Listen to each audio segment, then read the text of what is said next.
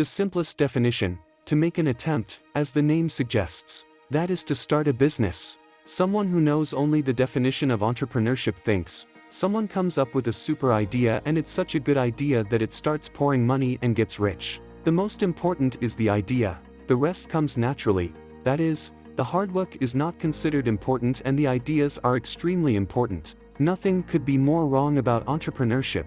Even if you have the best idea in the world, you will not be successful until you are implementing it correctly. On the contrary, if you implement an average idea well, you can be successful. Do you think Uber was the first idea in the same field? Was Facebook the first idea in this area? Before that there was MySpace. These are actually examples of what the same ideas would be if applied correctly.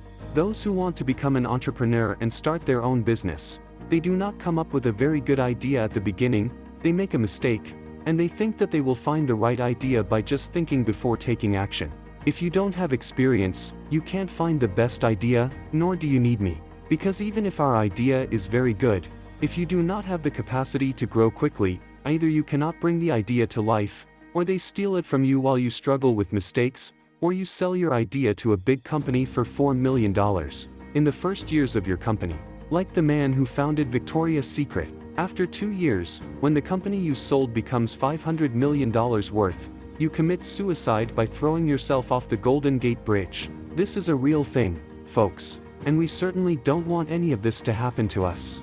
As we have already said, it is difficult to come up with a very good idea when you are just starting out, because you don't know anything about starting a business and entrepreneurship, and you are not in the capacity to evaluate the results of your ideas, their positive and negative aspects. So if you're just starting out right now, your goal isn't to come up with a very good idea. It should be taking action. Now let's come to how long the entrepreneur works. A worker works 8 hours a day, an entrepreneur 24 hours a day. When the worker comes home, he does not worry about any problems at work. He does not think about whether we could sell this product or whether we returned this customer. The moment his work ends, the moment he receives his salary, all his troubles are over. An entrepreneur, on the other hand, thinks about business 24 hours a day. He generates new ideas. He brainstorms. And the only time he doesn't think about his own job is when he's asleep. It is very likely that he is dreaming about his work even while he is asleep, because the last thing he thinks about before going to bed is work. It's the first thing he thinks of when he wakes up in the morning.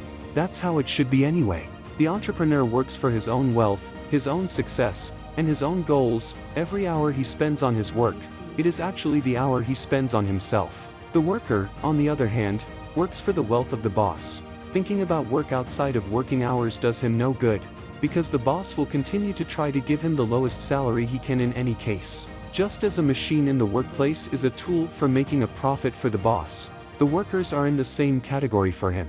No entrepreneur in the world has made millions with his first good idea. They have had many experiences and projects before that. With these experiences, he laid the foundation on which to build a large building.